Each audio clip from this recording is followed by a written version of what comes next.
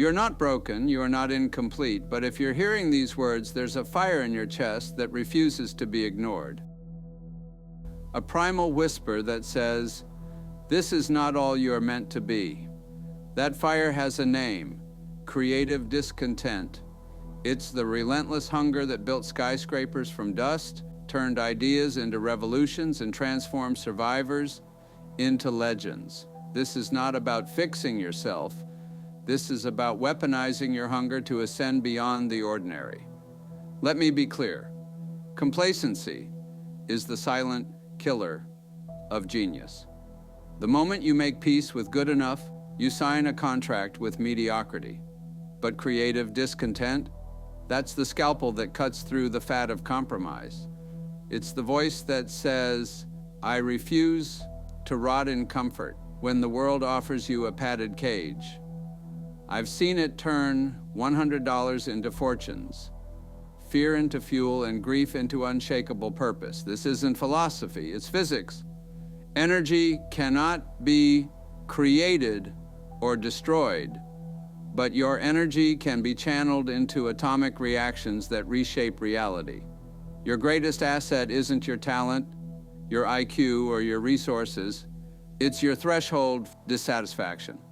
Most people run from discomfort like it's a house fire, but the rare few, they dive into the flames and emerge reforged. I once met a man who slept in his car while building a tech empire. When I asked why he didn't rent an apartment, he said, the moment I get comfortable is the moment I start bargaining with my dreams.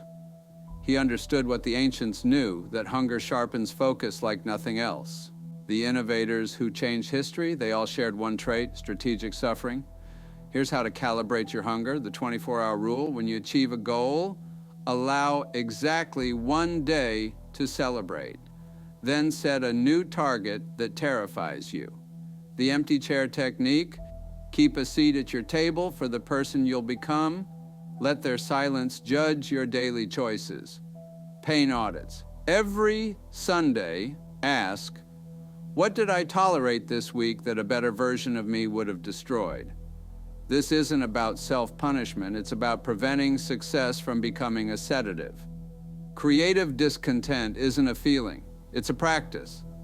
The moment you think you've arrived, you've already begun dying. Look at nature. Rivers that stop flowing stagnate. Forests that avoid fire can't regenerate. You are not meant to be a monument, but a force. I'll share a ritual used by elite performers. Morning. Write down 3 things that infuriate you about your current reality. Midday. Convert one fury into an immediate tangible action. Night. Measure progress not by what you've gained, but by what still burns. A client of mine, a single mother turned CEO, kept a rage jar where she stored notes detailing every slight, every no, every moment she felt underestimated. On launch days, she'd pull one out and say, this is why I'm here. That jar became her nuclear reactor. Society will try to medicate your hunger. It will preach gratitude without edge, contentment without claws.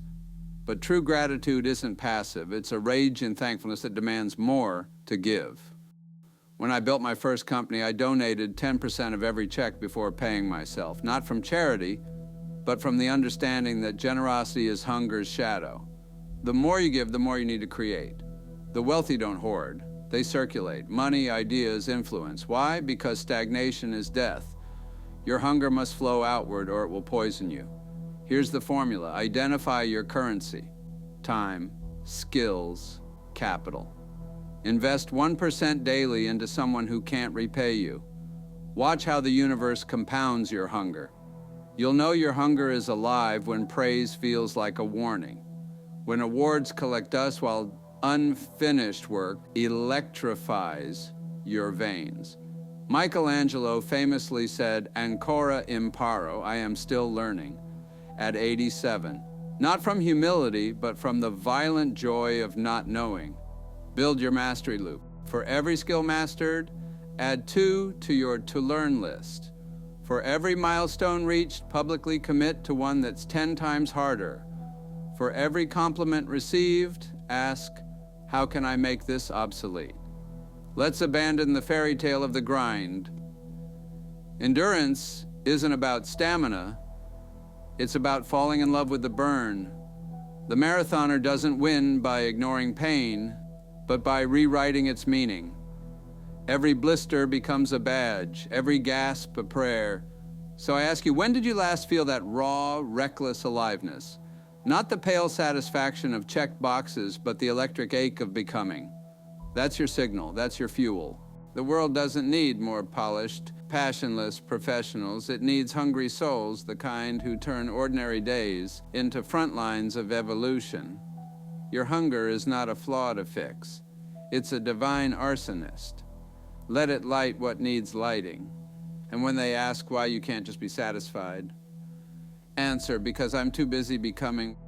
What will your hunger build today that didn't exist yesterday? The world is starving for what only you can create.